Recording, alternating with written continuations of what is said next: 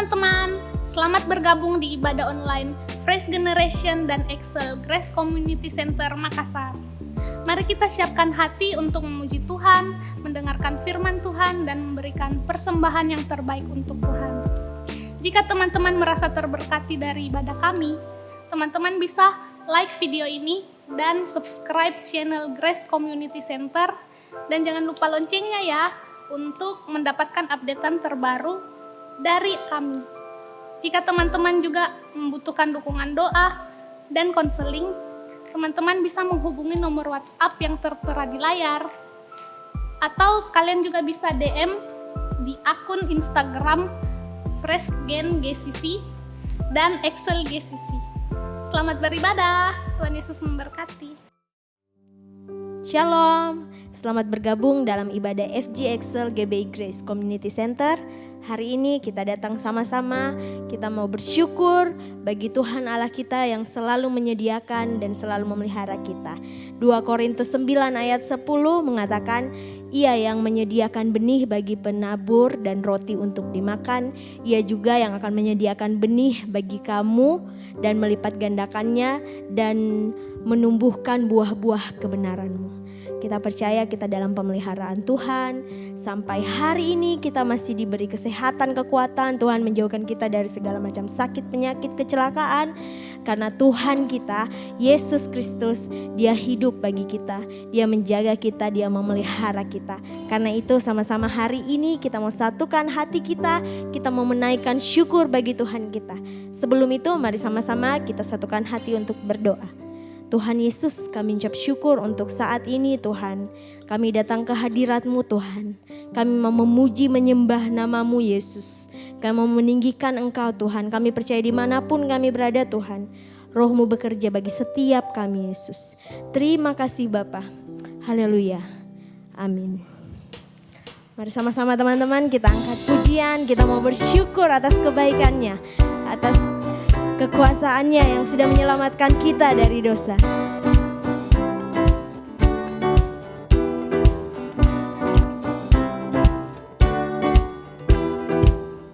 Kasih yang begitu besar, lebih kuat dari dosa. Kasih yang menemukanku, selamatkan dan pulihkanku. Syukurku, ku tak akan berhenti memuji, meninggikan nama-Mu selalu, menari, memuliakan-Mu. Dibebaskan, dibangkitkan, hidup yang Kau beri dan kini hanya untuk-Mu. Kita mau katakan kasih-Nya yang terbesar. Kasih yang begitu besar, lebih kuat dari dosa.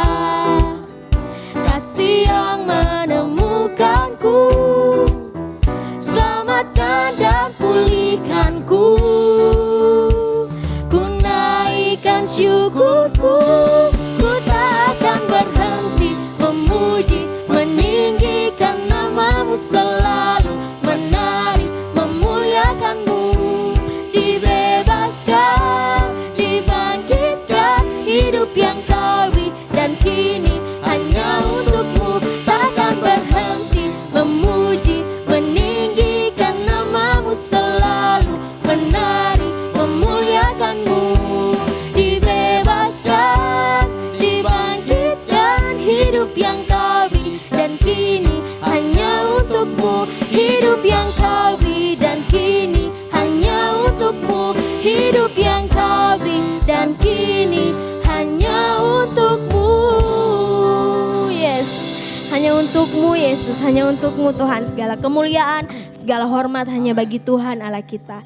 Dia yang membebaskan kita dari dosa oleh karena salibnya, oleh karena darahnya yang tercurah di atas kayu salib. Karena itu kita mau datang menyembah Dia lebih lagi, lebih sungguh lagi, lebih dalam lagi. Yes Tuhan, kami datang Tuhan. Kami mau meninggikan nama-Mu Tuhan lebih lagi Tuhan.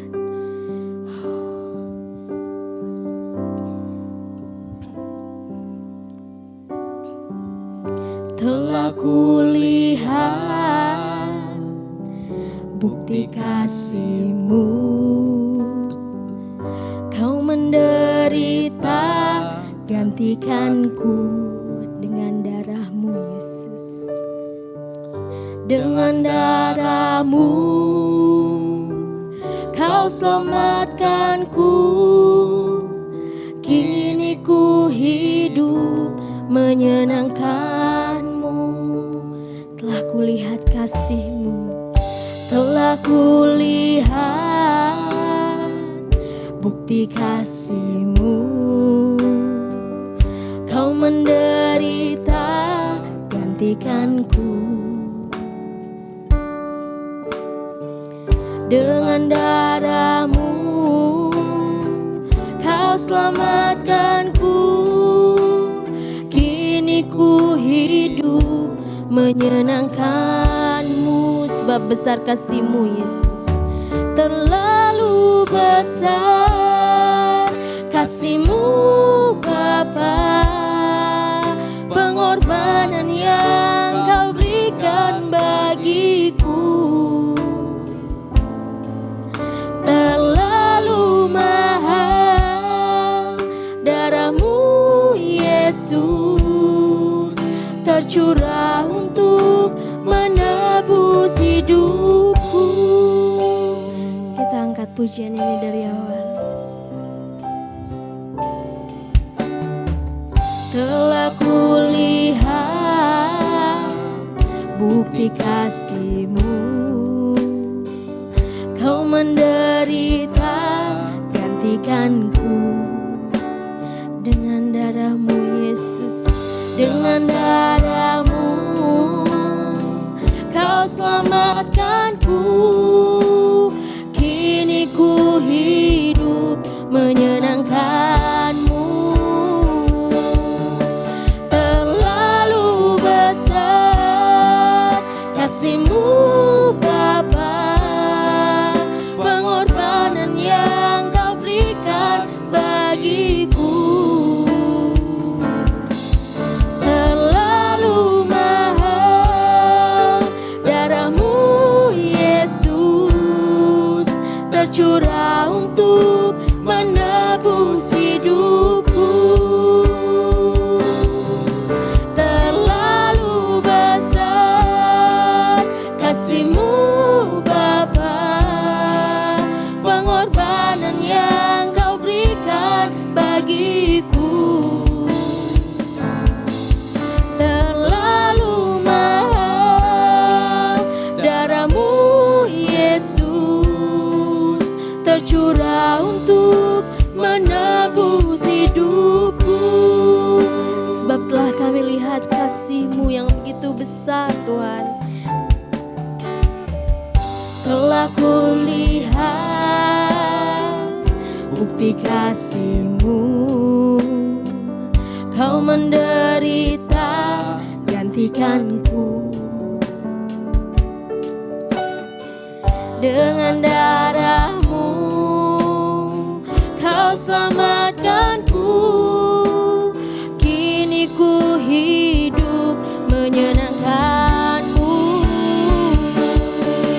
Terlalu besar kasih-Mu Bapa. Pengorbanan yang Kau berikan bagiku terlalu mahal. Darah-Mu Yesus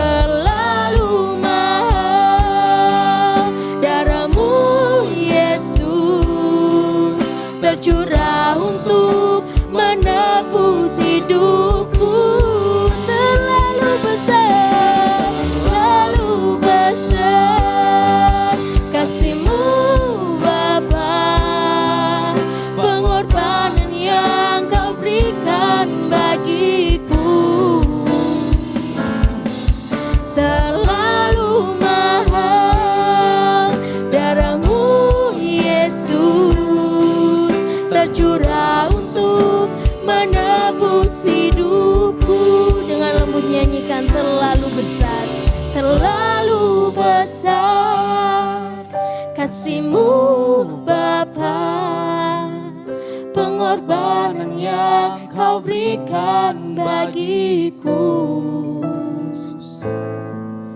Terlalu mahal darah-Mu Yesus, tercurah untuk menebus hidupku. Terlalu besar kasih-Mu Bapa, pengorbanan yang Kau berikan bagiku. Terlalu mahal darah-Mu Yesus, darah-Mu Yesus, tercurah untuk menebus hidupku. Tercurah untuk menebus hidupku. Tercurah untuk menebus hidupku. Oleh darah-Mu Yesus, oleh darah-Mu Tuhan, Kau gantikan kami, Kau tebus dosa kami. Terima kasih, terima kasih buat pengorbanan-Mu Tuhan. Besar kasih-Mu Yesus, besar anugerah-Mu bagi kami, besar pengorbanan-Mu Tuhan.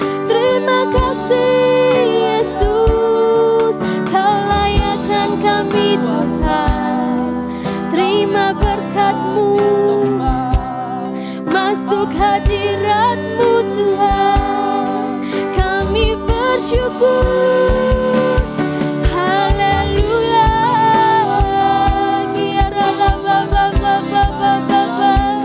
Terima kasih Yesus Tuhan. Haleluya.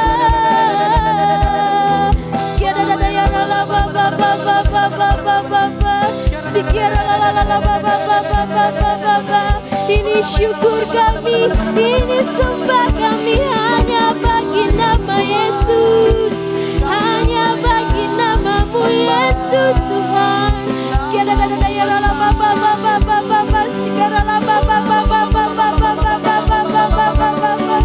Kau yang layakkan kami Tuhan, Kau yang layakkan kami untuk menyembah-Mu Tuhan.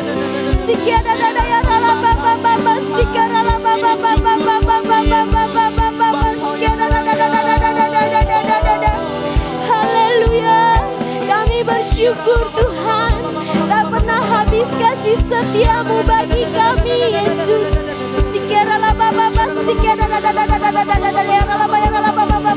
Haleluya. Yes Tuhan, kami percaya Tuhan Kau bersama dengan kami Tuhan. Roh-Mu yang kudus memenuhi hati kami.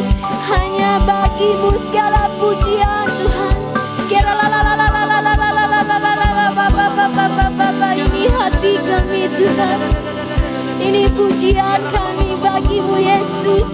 Kau yang termegah, Kau yang termulia, Kau yang berkuasa selamanya Tuhan. Haleluya. Haleluya. Kami angkat pujian bagi nama-Mu Yesus, Raja di atas segala raja.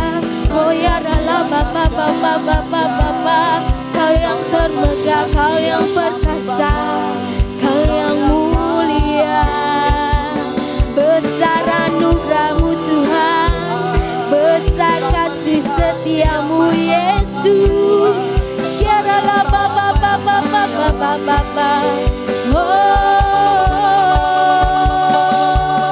terlalu besar kasih-Mu Bapa, pengorbanan yang Kau berikan bagiku. Terlalu mahal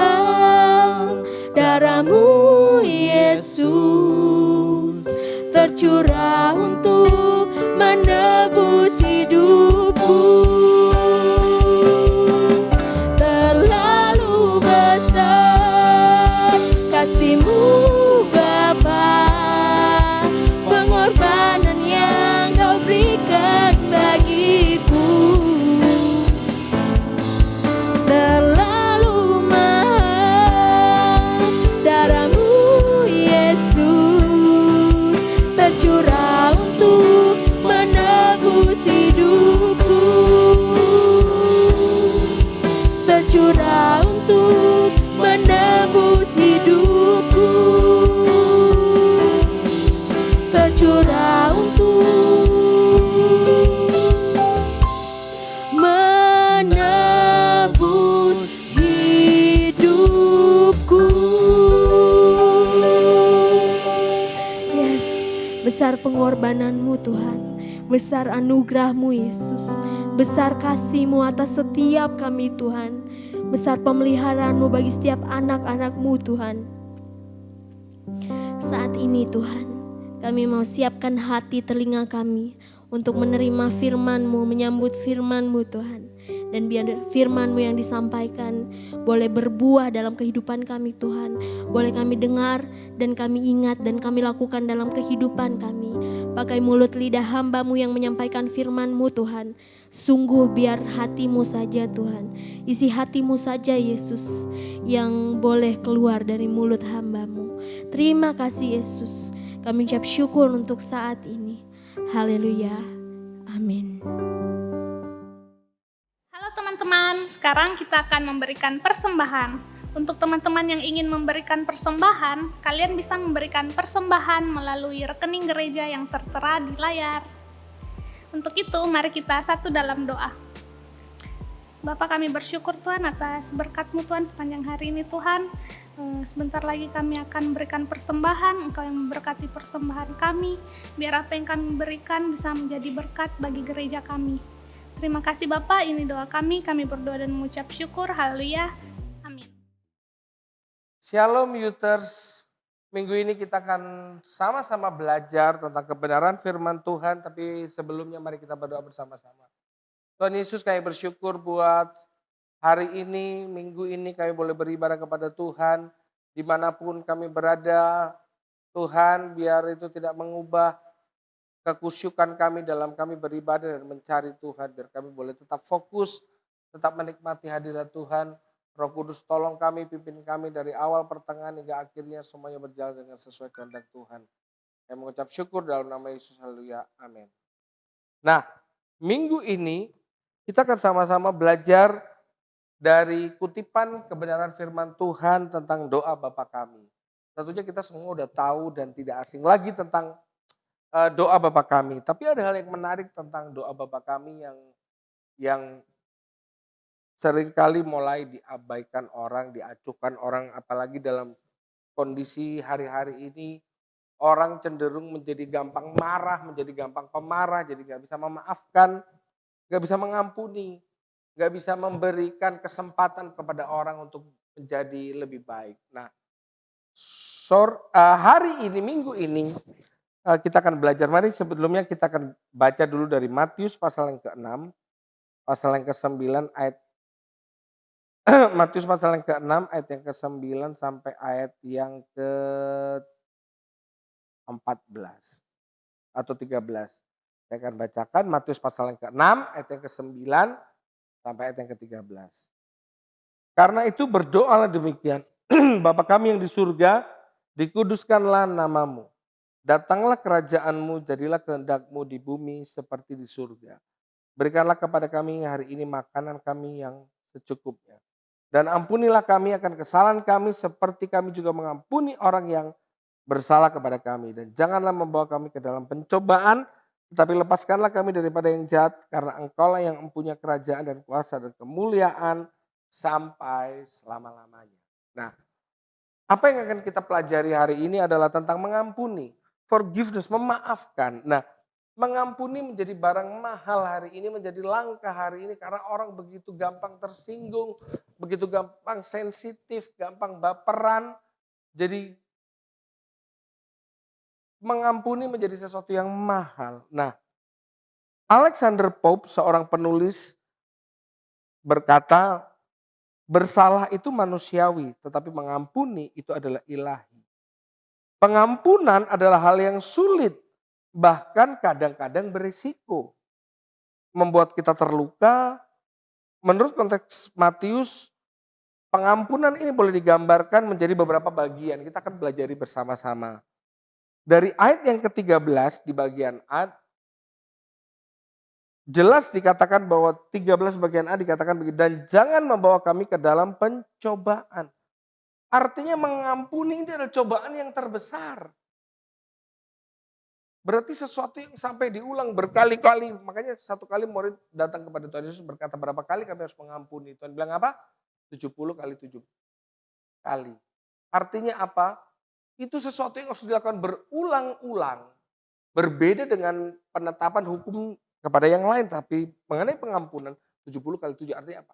Itu harus berulang-ulang. Nah, di sini jelas bahwa itu pencobaan terbesar, itu hal yang tidak mudah untuk dilakukan. Tetapi ini adalah firman Tuhan. Dikatakan bahwa kita harus bisa mengampuni.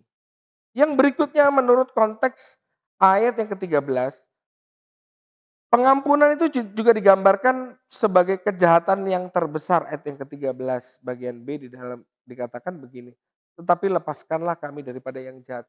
Ternyata seseorang yang tidak bisa melepaskan pengampunan itu adalah jahat di mata Tuhan. Itu adalah sebuah kejahatan. Kalau teman-teman ngikuti Fresh Song, teman-teman belajar bahwa di episode yang pertama, ketika dia berani mengampuni bapaknya, kasih Tuhan itu memampukan. Gak ada yang mampu. Nah, teman-teman, pada prinsipnya tidak ada manusia yang sempurna. Nobody perfect. Makanya The Massive menulis lagu, tak ada manusia yang terlahir sempurna. Gak ada yang sempurna. Nah, karena ini adalah hal yang sangat natural dalam diri kita bahwa kita harus belajar seumur hidup kita. Makanya pengampunan itu adalah menurut Johan Arnold dikatakan pengampunan itu adalah pintu perdamaian dan kebahagiaan. Pintu itu kecil, sempit dan tidak bisa dimasuki tanpa membungkuk. Wow. Itu gambaran tentang mengampuni. Kalau tadi yang pertama mengampuni itu digambarkan cobaan terbesar, berikutnya kejahatan terbesar, yang ketiga digambarkan mengampuni itu adalah kebutuhan terbesar. Setiap orang butuh pengampunan. Sama seperti kisah di Alkitab ketika dia sudah diampuni utangnya, terus dia datang ada orang punya utang, dia mau cekik. Maka dia nggak ada lagi pengampunan buatnya. Nah, karena prinsip tidak ada manusia yang sempurna, semua orang bisa berbuat salah. Maka selayaknya kita harus bisa memberikan pengampunan seperti halnya kita diampuni.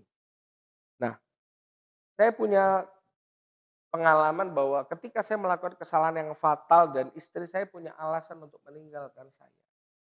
Tetapi ada satu kalimat yang begitu luar biasa ya, dia bilang, saya memilih.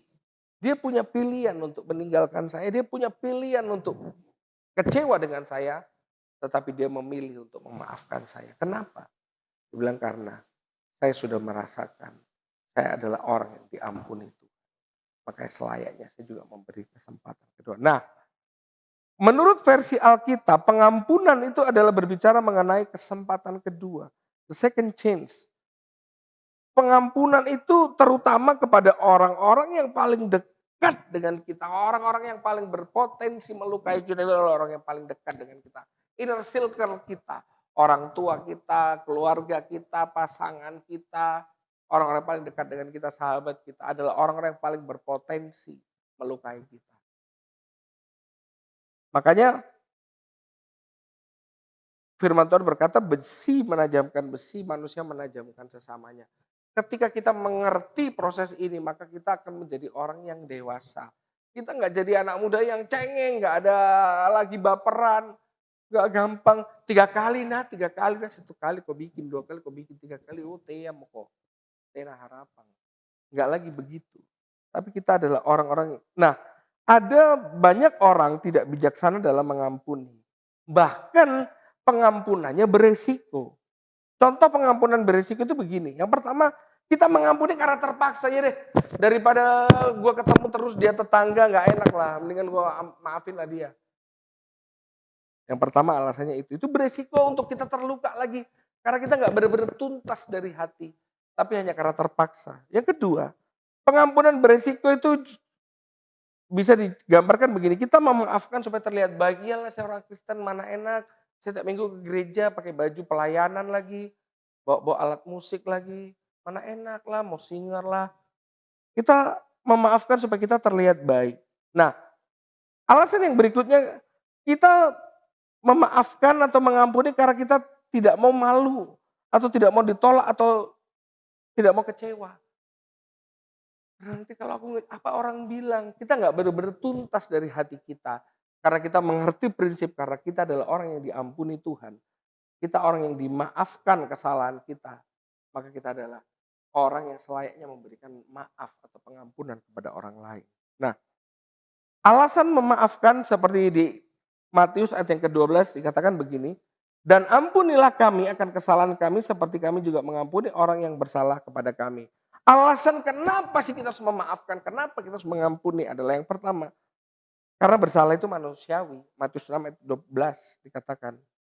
Yang berikutnya, alasan yang lain kenapa kita harus memaafkan adalah menyadarkan diri kita bahwa kita ini orang berdosa yang butuh anugerah.